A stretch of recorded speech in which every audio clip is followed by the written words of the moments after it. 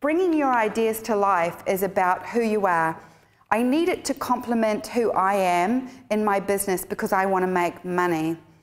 So for glamour photography, I can do more creative textured work. I can do stuff like this because that's not far off from what I do. That's just, you know, a girl in a beautiful dress, wind blowing. I've composited a bit more skirt in and put a filter over it. So that's textured experimental portraiture, but it's not far from who I am in my everyday life. Whereas this is a long way from who I am in my everyday life, but this is for awards work. Okay, two different creative ideas for me. This one is going to get me more clients because it's great work and people love it online. This one's going to win me awards. And when I win awards, then my profile goes up and it gets bigger and bigger. So that's building my business and my profile, right? So at the moment, Lara's creative work is taking conceptual fashion shoots when she's not being paid and making her own with stylists to boost her folio, to show that she's still working, to show her work. Whether she's getting paid or not, that's not your business. And you'll find that my portfolio, 90% of it is personal work and my ideas, because clients will buy into that. There's my relation, and when I go to a meeting, clients see the relation to that. I have something to talk about. I can bring myself to my work. Don't you love that when she goes to a meeting? Do you find then that the clients that are hiring you are looking for you to do that work and they want you to, Not to do that style? I think both. They want to see the commercial portfolio. They want to see, if there's a white background on a studio, they want to see that. They want to see a smiling girl in my portfolio. I have a meeting with a client soon and they want to see that smiling girl, and I don't have it in my portfolio, so they want to see it to convince someone.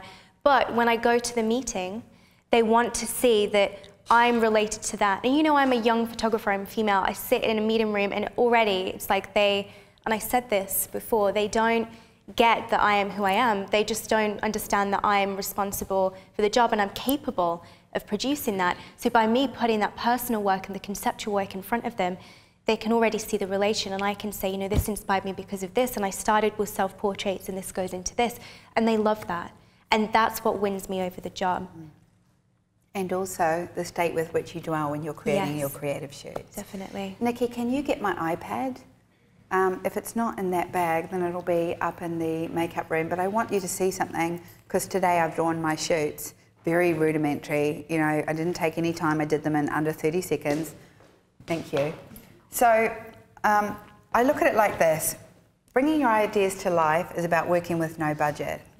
Okay, even at Lara's level, she could pull a top-line stylist, a top-line assistant, a top-line designer, stylist, hairstylist, and a model for test for nothing. She can shoot it for nothing in her own home because she set up her house as a studio, like I have, because we live in our career. We love it that much. But why would you want to? You wouldn't want to. I wouldn't want to go somewhere else for work every day. I love being able to wake up and live in a creative space. That's why you moved, because your space wasn't big enough to shoot in. And you know, that's why I live in my studio, because I wake up every day in my studio. Lucky me. You know, it's not always great for your family if they don't want to live in your workplace, but you know, I certainly do. But the truth is at the end of the day, even at her level, she could pull a top line of people that charge $400 to $1,200 a day or a half day for a shoot. Easily she could pull that for free because they all get something. So you don't need to ring people and ask them to work for free. What you do is ring people and ask if they want to collaborate in folio building. And you can get free models who give them images, you can get stylists, you can get clothes, you can get hairstylists. Every one of you go to a hairdresser. I bet you your hairdresser is a stylist or knows at least 10. Excited to work with you and work out at the salon. Because they're cutting hair every day. You think they're having fun building great hair? You know, they're not getting to do creative things. So all I have to do is either have my iPad or my iPhone with me. When I go to the hair salon, I take my iPad with me. Do you know why I take my iPad with me? Not to play on Facebook while I'm getting my hair done, but because all of my images are on my iPad, my website is accessible, and I'm about to walk into a salon with 20 creative artists, all hairdressers, that know makeup artists, that know models, that would love to work for free, that love my work. And so I don't walk in there and try and pitch to people. I go and get my hair done and take my work with me. And then I talk about it. Oh, this is the latest shoot that I've just done. Oh, I can't wait to show you. Here it is. Oh my goodness, you're really good at that. Thank you. Oh, we should do a shoot together because I would really love to blah, blah, blah. Oh, this is a shot that I took of my PA, Katie, the other day. She's just been a hair model. Talk about it. Talk about the work. I don't need to say anything else. That's where it is. I know somebody that does this and this person would love, and my daughter would love to be able to collaborate with this. There it is. Yeah. Do you know what that is? Opportunity. There's opportunity everywhere. Everywhere! You know, and that's the cool thing, isn't it? Do you think Lara walks around going, I'm Lara Jade, I'm a fashion photographer, do you know who I am? She doesn't need to. You know, it's stamped all over her. And it's not by who she is or her status symbol or how many followers she has on Facebook. It's by what she tells people about how she does it. And that is just magical. So you can actually work with no budget. I don't believe any creative work needs to have a budget. The most I pay for is to feed everyone on the day, and that's it. I do too. I always have food in my studio. I have water on ice. I go and get, you know, Diet Coke, vegetable juice. I get a array. Yes, always have some lollies. Yeah. You know, people start to turn a bit evil if they don't. I did. Some words are kind of crossing over into New Yorker. Sweets. Yeah. So always, when you think about it, bringing a team together like that, I feel like most young creative artists feel like you're imposing on people. So Lara and I do the same thing. We host shoots. So if I host a shoot like this, you're coming to my house. I'm hosting you. Yeah, you're my studio. visitor. It's like, welcome, I'm so excited to shoot today. I brought food, there's water, help yourself, here we are. And it's not like a job. It's not, it's fun. It's like a get together, we chat, we gossip, we shoot a little bit, you know, it's great. So what do you have to do? Follow through, give them images. As soon as you can, tag them on Facebook, talk them up, write a blog about them, feature their website. Job, recommend them.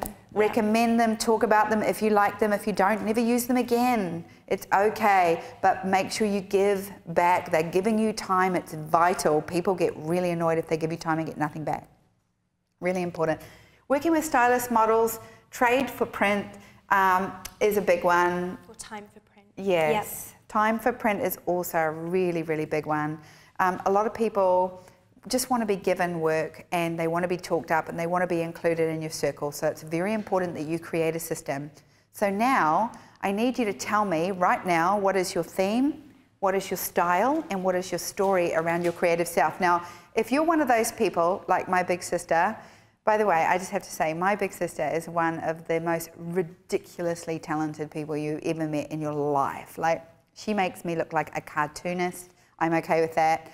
She's just ridiculous. My sister is one of those artists. She'd sit down the back and go like this. I'm not going to put boundaries on who I am as an artist. I don't have to tell you what style I am. I'm all styles. Because my sister would hate the idea that I would make her tell me. And yet most of my audience are saying, tell me, what am I? I don't know who I am. And I'm like, yeah, you do. So let me find it. It's easy. You do. You've just got to find it. You're going to discover theme, it. style. What's your favourite theme? Fashion? Vintage. Vintage. Vintage glamour?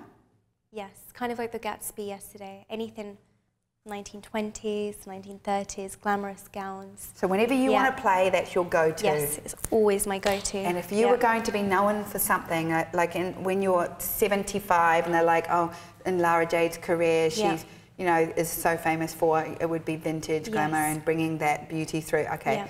So, again, for me, I really, if I was to pinhole one theme, for me, I'm going to have to go with, I'm really into anything evocative. So I want to evoke an emotion that is both beautiful and painful. I like a dichotomy and I like a juxtaposition between something beautiful and something painful at the same time. I love that too, yep. I feel like in my lifetime, I've spent my lifetime making people pretty. And it hurt me because I felt like people were like, you're just a glamour photographer. And I was like, you don't know what I give to people. I give them this gift and they're like, no, you don't. You just put makeup on people and you dress them up and Photoshop them. And I felt like my whole life I had to fight against the stigma of what I was doing, and it used to hurt me because I used to feel like I would spend my day building up people's self-confidence and telling them how beautiful they were and then bringing it out from the inside. And, you know, that's when I met Craig Swanson, who's the creator of CreativeLive, and he said, you're the greatest paradox because you are an artificial product with an incredibly true message. And when he said that to me, my world changed, because he saw the superficiality of what I do, but he saw the power of how I do it. And then I got it. So that to me is my creative power. And that to me is where I'm drawn. And it's so beautiful and it's so strong to me because do you know what it is? It's a feeling inside me. My body feels this. I'm emotionally moved by creating this imagery. I want to go and create this imagery and I want to evoke something in you. I don't want you to look at my work and be passive or indifferent or whatever. Hate it by all means. Hate the hell out of it. I hate this. It's disgusting work. It makes me feel, ugh, good. Feel something, you know, for crying out loud, feel something. Don't you just want to go through your life feeling something? Something greater than, you know, and if you indifference. Stop feeling, I think it's important to go back. Go back. I've done that. The past few months I've been like, okay, I've stopped feeling. What is it? And I had this talk with my agent and she said, you've stopped telling a story. You've stopped putting personality into your work. And I said, that is it. And I knew it all along. So I've started redoing. So does that mean you were taking jobs that you weren't putting yourself into? And or I you was just taking weren't putting yourself into your work? opportunities that I wasn't really, I would take every opportunity that came along and I wouldn't think about how that would relate to my work and if I was passionate or about if you that. even wanted to do it. Yes. So you were taking it just to get paid and then you were like, hey, I don't need to do that. Yeah. The state with which you dwell. Oh, we need t-shirts and a bumper sticker and maybe a tattoo. We're in Seattle. We've got a lot of tweets already, so there's a place to start. Okay, so there's an amazing girl here that works here called Jen Nelson, and she's one of our dear friends, and she's an actress and a dancer, and she's really incredible. And I was thinking about doing a skit with her on the state with which we dwell. I'm going to tell her about it at lunchtime because I think we should record it behind the scenes. It's so funny. It's kind of like a Saturday Night Live, the state with which you dwell. I'm going to do it. Okay, what is your theme? What is your style? What is your story? Who are you? What inspires you? And what are you drawn to? I'm always going to photograph tree roots. I think they symbolize something to me. I'm a master Reiki healer, and my mother is too. Her and I did it together. They do this thing when they teach you energy, Reiki energy, and it's about putting your roots into the ground and drawing the earth energy up into your feet. Whenever I imagine grounding myself, and I do it before I teach, I ground myself because I want to come at you two things. I want my ego to be in complete equilibrium of giving when I teach, and I want to feel a complete grounding in who I am. Like I want you to know who I am. I'm a Kiwi, okay? I'm proud of where I come from. I have culture and mana and strength. I'm proud of who I am and my culture. I'm proud of my country. I love who I am, and I love being a down-to-earth Kiwi chick. That's what I am. I'm a Kiwi chick, and I love it. So to me, I see tree roots, and then I see the binding and the gagging, the holding, and I know what that feels like to be constantly stuck in my own voice, my own throat, my own creativity, which is the throat, by the way. Your creativity comes from here, and that's your ability to express yourself, not only physically, but creatively as well. And so here I am, putting these tree roots into people and feeling this binding, and I realize that in that binding is security. Because when you are held so tight by something or someone, you are also safe. You are safe in your own fear, and you're also safe there because you are being held. But that's the problem with being held. You're also being held back. Mm-hmm. All right? So that to me is me. And so now what are you? Who are you? What are you? Now you can say, well, I just want to take pretty pictures. Awesome, that's who you are. But what sort of pretty is you? And is it dark pretty? Is it fashion pretty? Is it nude? Is it fine art nude? Is it illustrative, editorial? Do you want to tell stories around the world? Do you want to bring awareness to stories? Like I've just done a composite for breast cancer. I'm going to show it to you tomorrow. One of my girlfriends had a mastectomy 3 weeks ago, and she's having her first round of chemotherapy. She's a photographer. She's documenting her chemotherapy to bring awareness, insight, but mostly to bring grace to an incredibly difficult situation that she was so prepared to go through, she was ready to share it. So I've done a composite of her looking beautiful, her with her first breasts removed, and her with her and her husband and the support that she's getting. It's a beautiful composite. It's going to tell a story. It's going to bring awareness. It's going to help a cause. It's going to help thousands of other women who are about to go through this and their partners who are supporting them. I'm going to create stories and images that change lives of people if I get the opportunity and get asked to, because what a wonderful gift I have to composite pictures in. I'm going to show you how to do that. I'm going to show you how to build it, how to make it beautiful, but it's also intensely dark and intensely emotional. So what are you? Write down your words. You know, are you fashion? Are you nude? Are you in a field? Are you trees? Are you water? Are you a forest? Are you meadow? And I think like when I first started, I started the journey being one to the next, and sometimes people don't know straight away, and it's important to sometimes try things, try what you're drawn to, but it's not necessarily something you're going to be later down the line. You could kind of follow that journey into another path as well. Like Jennifer Hudson, brilliant, beautiful work, and see she's got a theme going. You can try Jennifer's work, but you can try it and then move on from it. Experience a shoot in that water tank that she does. It's incredible. I would love to do that. I would love to try that, but it's clearly not my thing, or I would have done it already.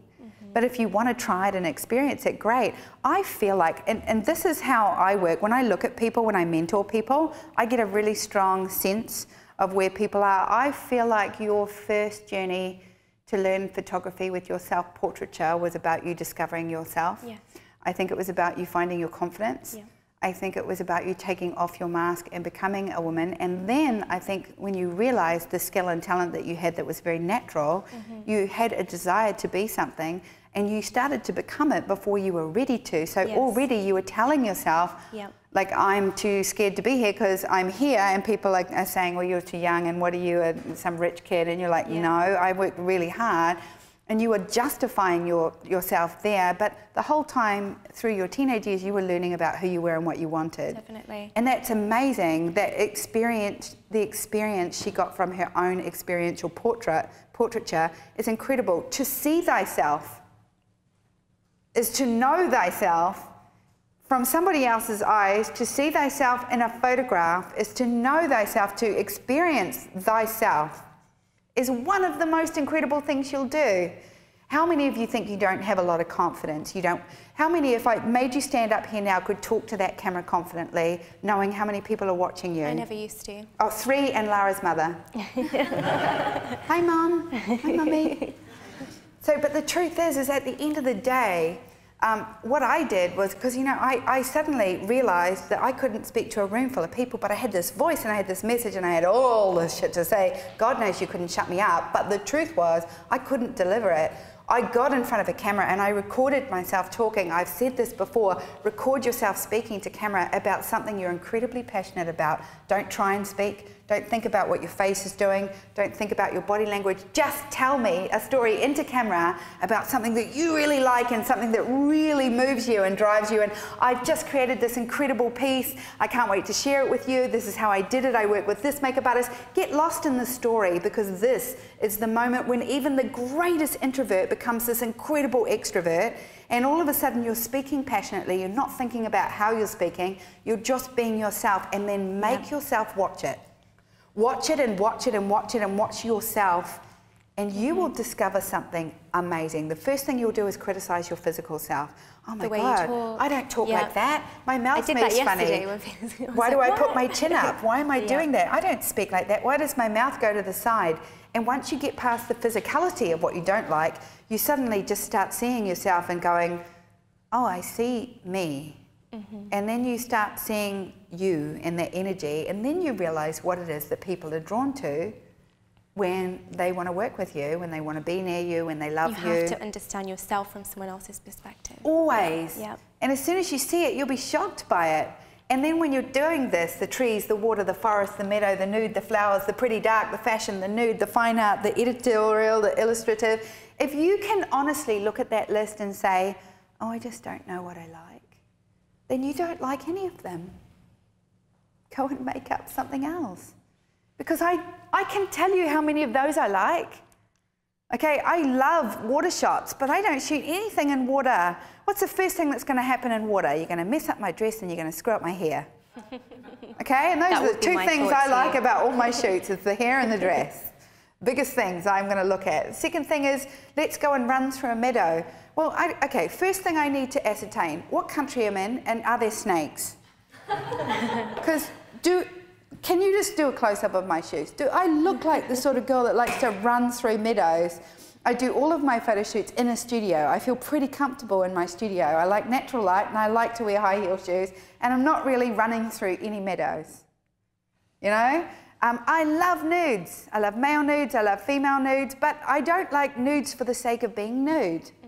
So I don't like a nude shot in a black room that's just nude. I have to do something to the nude. It has to be more significant to being nude. It has to be about the emotion of being vulnerable. That is what nudity is to me. It's vulnerability. I don't photograph my nudes like Black and White magazine. And remember Black and White magazine went through the stage in the late 90s where it was just straight on crotch shots. Girl or boy, didn't matter. And sometimes every now and then there were hands in there. And you know somebody's going to tweet this picture because that always happens to me, right? So I gotta make it make it look cute. I can't. So, you know, it's Black and White magazine and there were hands in there and things in there that shouldn't be in there. And then it was just confronting graphic nude, and I'm like, yeah, I get it, it's Black and White magazine, but that is not what I'm interested in. I'm interested in the vulnerability of being nude. I'm interested in the shape of the body, or curled up, or being isolated. I'm interested in the feeling that comes from being nude, and then I want to put flowers and tree roots and textures in there. I want to hide parts of the body. I want it to signify who I am emotionally. So all of my creative work has to speak to you, and if it doesn't speak to you, I'm not creating it through me. I'm trying to make a picture instead of trying to tell a story, which is what Lara just said about her fashion work. She stopped telling a story through her fashion work. How do you tell a story through fashion work? You tell a story through everything you do. You are a creative photographer. Clothes, the themes, yep. The energy you put into it, the love you bring to it, the energy you bring to it, and then the power that you then permeate and transmute through your shoot comes from your creative soul. And that is just magic. And that is the gift that you are given. And even if you're an accountant 4 days a week and you've decided to be a creative photographer on the 5th day, on the 5th day of every week, I get to just break free. Well, as long as on the 5th day you breaking free, and as long as on the 4 days before you are working with joy in order to break free. Because I get that question constantly. How can I don't have time to do creative work? How do you have time? To do it. Yes. Yeah. Because you're stopping yourself from doing that. Everybody has time. If it's just an hour a week, shooting yourself, shooting an idea, shooting textures for the next week, setting yourself that challenge every week is so important. Do you know the people who don't have time to be creative are struggling with money? Because they're holding so tight to the idea that if they stop working, they're not going to get paid. And I need the money so badly, I need the money. I'm busy doing a whole lot of shit that I hate. And I've got to do this, and I've got to do this. I don't have the time to be creative, because if I don't do this job, I'm not going to get paid. If I don't get paid, how can I take 2 days off to be creative? And then the people who are creative are all like, yeah, money just flows in, man. It flows in, work flows in, and the more creative I am, the more it flows in. And that's the dichotomy, because it really annoys me. You finally start earning money, and then all of a sudden you earn money that you can take days off to do whatever you like, and that's when it's like easy, and then it's like, well, the more creative I am, the more money that comes in, and then it's like, oh, now I get it. But not after years of struggling to work and pay the bills and to hold so friggin' tight. To what? What are you holding on to? Take a day off. All my friends right now are texting me going, yeah, you should take your own advice. Oh, yeah. I just can hear it. I can read the texts. Take your own advice. Oh, look, it's coming up on my iPad. Okay, really, really important. Men, women, children, couples, landscapes. For me, I'm drawn to women. Again, that's like a beauty thing. Same. It's how I kind of came from something. Yep. Yes. That's what I'm drawn to, beauty. Are you interested that when you see yourself, see thyself in your photography, see thyself in your own photography, see thyself through your own photography? Lara is drawn to people that look like her in the sense that that's what she's drawn to in creating beauty. You are drawn to what you are instantly drawn to. Think about it. It's right in front of you. So, Sue, we asked folks online to share kind of their inspiration, what they're drawn to. We have Monster Pixel Photo, who says, I'm drawn to grungy fitness, only because I know the struggle that it takes to form your body. Yeah. And think about that. When I see an image of that grungy fitness, to me, that guy there, if he wants to go to gyms and just get gym bodies, I used to go to the gym and say, anybody here want a model for a photo shoot? I've never seen so many people take off their clothes so fast. These people go every day and hone their bodies over and over again, and they repeat and they repeat and they repeat and they rinse and repeat because they love it so much. And the truth is when I see those images and that girl's boxing and that guy's, you know, powerlifting, or he's running, and I see that girl running, I cry. Because I know what it's like to be an athlete or to do something with your body. You feel the emotion and you feel what they go through. Yes. And then I want to put a saying on it, and I, you know, just do it, or something cool like that, if somebody made that up, and then put it on put it online, and imagine the power and impact of that gritty, sporty, you know, because I get that emotion. If he's drawn to that, he's going to capture images where you see those images like how Nike portray their brand and its power. And it's self-discipline, and it just moves you. And do you know why it moves you? It moves you because the person who created it felt exactly that way. What else? We have Gemma Johnson Photography, who says, I am forests, I am dark, I am moody, I am fear, I am history, I am me, and I'm liberating it. Awesome. Nice. Kind of on the other side of that, photography by Shemaine. I am drawn to atmosphere, leaves, and natural elements. Style, I like a combination of structure and flowing movement. Wow. Which is very cool. What you've got on the screen there, we have a couple of people who love steampunk and love that kind of combination of, what did they say? I really like the way that, I love steampunk style because it's so feminine and wicked and sexy. So what happens when you buy a Mini Cooper? You suddenly see a million Mini Coopers, right? Once you identify your style, once you identify that drawing and what it is that you want to speak through, you see it everywhere. You see girls, boys that would be great models. You see people, you see things, you see elements, you see dresses, you see clothes, you see movies. You see special effects in movies that make you go, wow, I'm going to create that. You go and you find that because you don't even need to find it. It hits you in the face. You buy a Mini Cooper, you see Mini Coopers. You define that style of that creative self, and instantly it finds you. Environmental portraits is a really big one. So today I'm going to teach you about Eva's world. What I'm going to do is I'm going to take a photo of a 5-year-old girl. I'm going to drop in a different background, and I'm going to retouch it so it looks kind of painted. But I'm not going to put any other filters. Well, I might use some actions. I'll show you what they are. But I'm not going to put, you know, like a Corel Draw or anything like it. Because people always say, how do you make your work look drawn? Or how do you make it look like a painting? Yeah. So I'm going to show you that. You get to see Lara finish the day with retouching all of her shoots from yesterday. So I'm going to teach you that. But environmental portraiture to me is when you go and photograph somebody in their environment. You don't make an environment in the studio. So I don't do environmental portraiture. I take elements and build an environment. So I want to show you the difference, but I want to show you how to illustrate both. So the image yesterday that I showed of my sister with the fork in her eye and my friend Amy in the bath in a man's suit, they were illustrated the way I'm going to teach you, using dodge and burn, using sharpness, and I'm going to show you how to create that really illustrated look. So when you're doing environmental portraiture or creating an environment with elements, it's really important. You know, when you talk, I do the funniest things. I walk back and forth, but I always see shots of myself, and I'm always like standing like this, or I'm trying. I got to try and remember to stand. You lady. Oh yeah, like a lady. Ooh, I'm a lady. Playtime once per month. Come on, one day. And don't you interfere with my playtime. My playtime is that. Book it in the diary. Every one of you can book. Yeah. Once a month, definitely. One free shoot a month. Make a big deal out of it.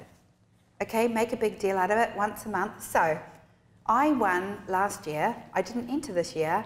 And last year I won Australian Portrait Photographer of the Year. It is the biggest national competition for photography in Australasia, in the world actually. It is the highest rated competition I've ever seen. Winning a category is like one of the highest achievements. I cried, it was amazing. I won it the year before as well. And I remembered they're called APA. We call it APA as the acronym.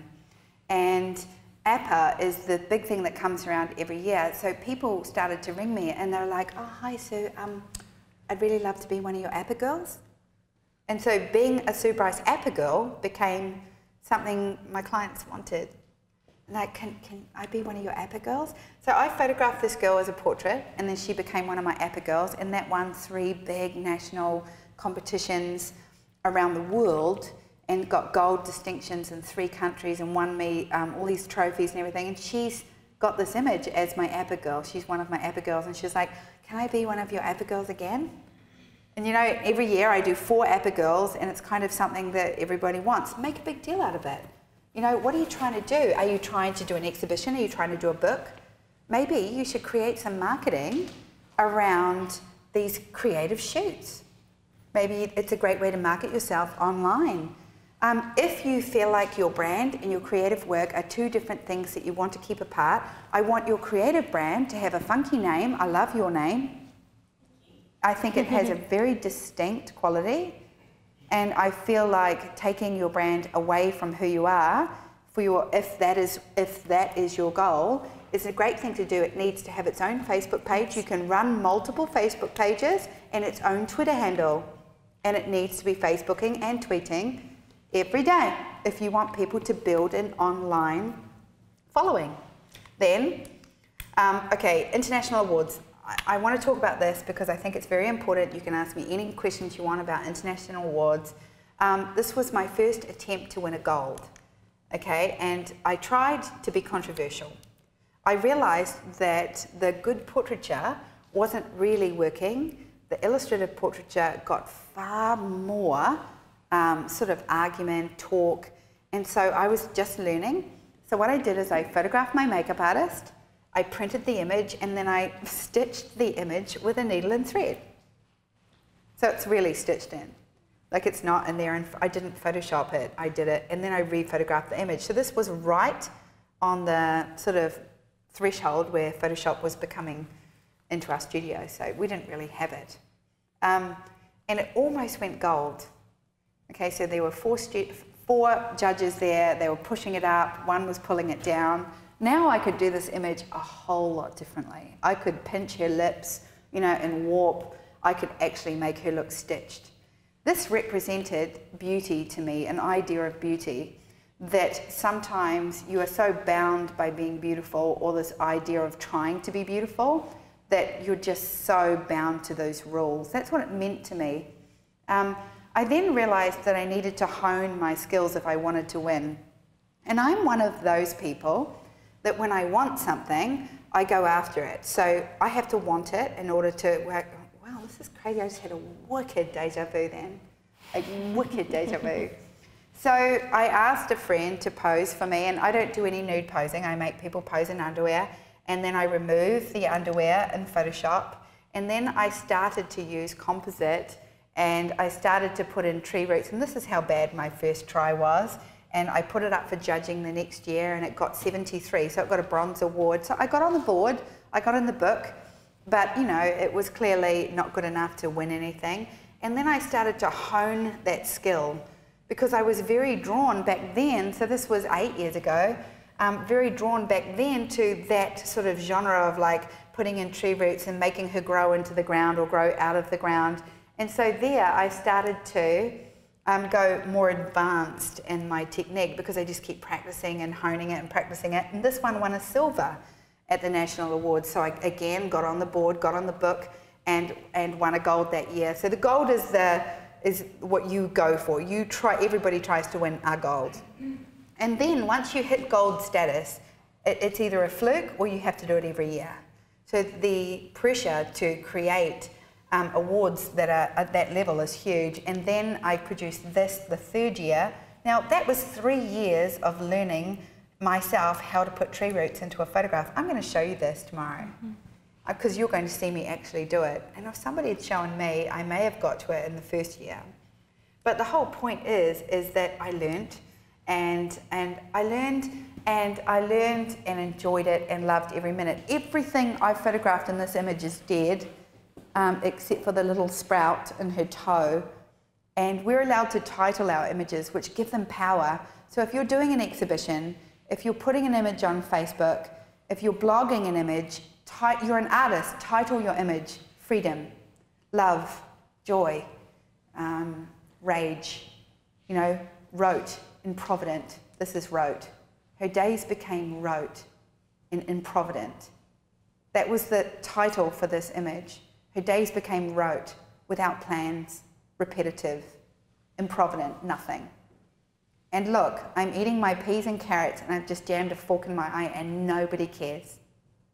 I had so much emotion creating this image. I didn't do it for the impact of sticking a fork in somebody's eye. There's no blood, there's no drama.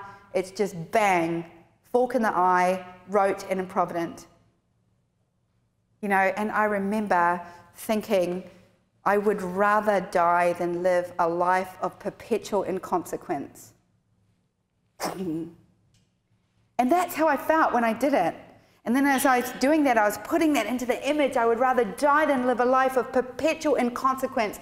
Groundhog Day, rote and improvident. That's how I felt. That's where I was. That's what I wanted my sister to do, you know. And then, you know, I wanted to also be controversial.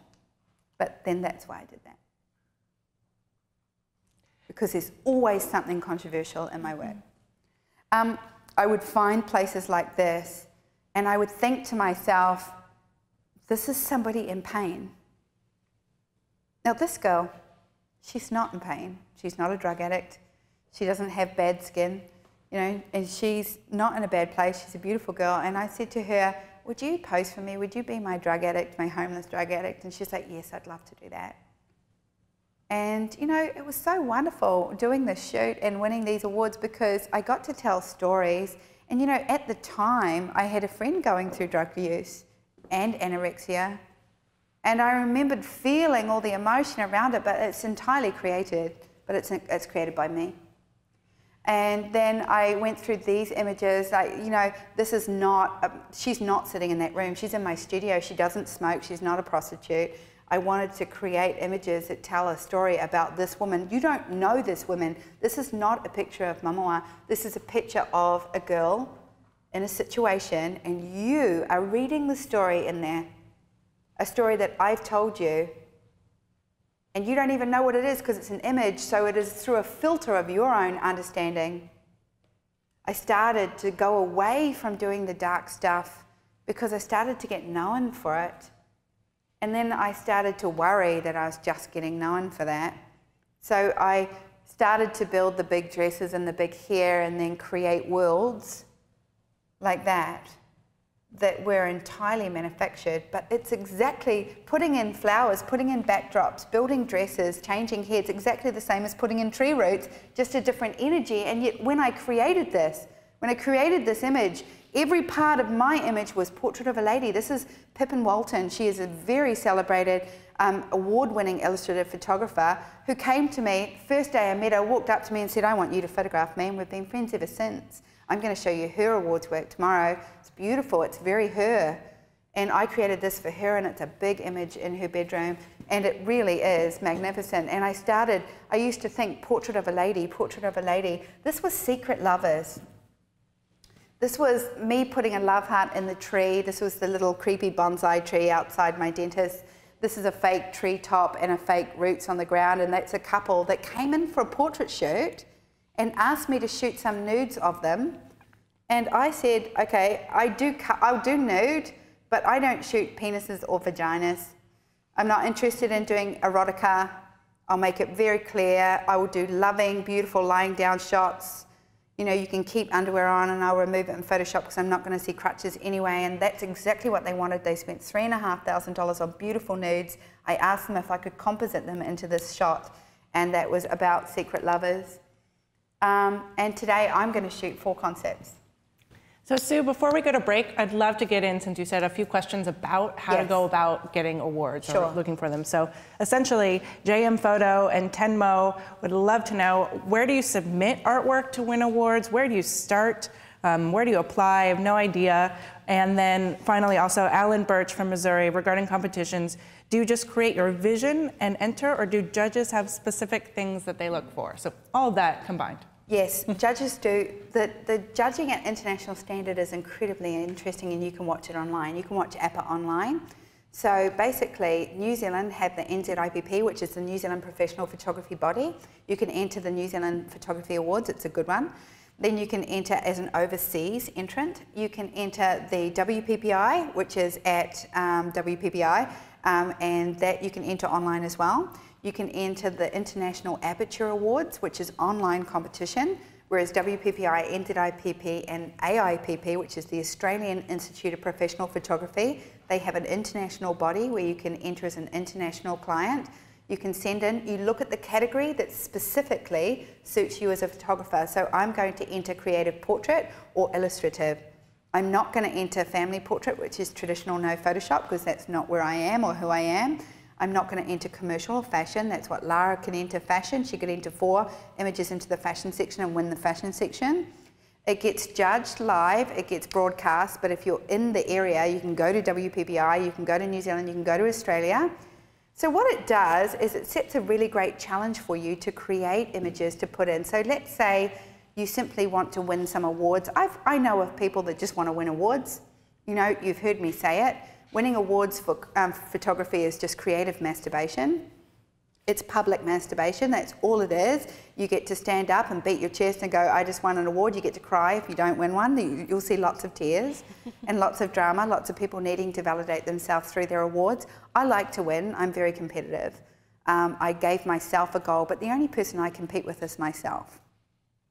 Okay, I'm somebody that says, I want to learn that, I want to win that, I'm going to do that.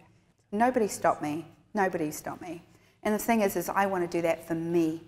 And I want to beat myself every year. I want to be better. Every year I want to outdo myself. Every year I want to create creative work like this that is better and more beautiful, that gets more every day, every time. I've got to try and be better in myself. And every year I try to outdo myself. So those 3 bodies are the biggest. International Aperture is online. Anybody can enter that anywhere around the world. They have international judges from Joe Busank to me to big name photographers all around the world that are master judges that are really brilliant at judging. You pick a category, you choose a theme for yourself, you work towards 4 images. The big competition have a limit to how many you can put in, 4 is the tops, but the online competitions, you pay per entry, you can pay anywhere from $15 to $30. You've got to get the prints done, and you also win status. So every time you win an award in New Zealand or Australia, you get points. And as you accumulate points over 3, 4, 5 years, you become an associate photographer to a national body of professional photographers. You become a master photographer, you become a fellow, you become a grandmaster. And that takes years, and you work towards a title. So I'm a double master, a triple master in the NZIPP in New Zealand, I'm a master in Australia. And that might mean nothing to my clients or nothing to you, but I can carry the title of NZIPP, AIPP, International Master on my website. That's the status that I've earned over the last 10 years. And, you know, whether that's public masturbation or not, it's, you get noticed in your industry, you win big prizes, you win awards, you can get more commercial connections, and, you know, you get noticed. And it's how I got noticed, whereas Lara was book covers, DeviantArt, self-portraiture, mine was awards. And, you know, I have about 20 beautiful big crystal trophies from 3 different countries on my house, and they're just dust collectors. But they are each very significant of a time where I worked very hard creatively to grow myself and challenge myself as an artist.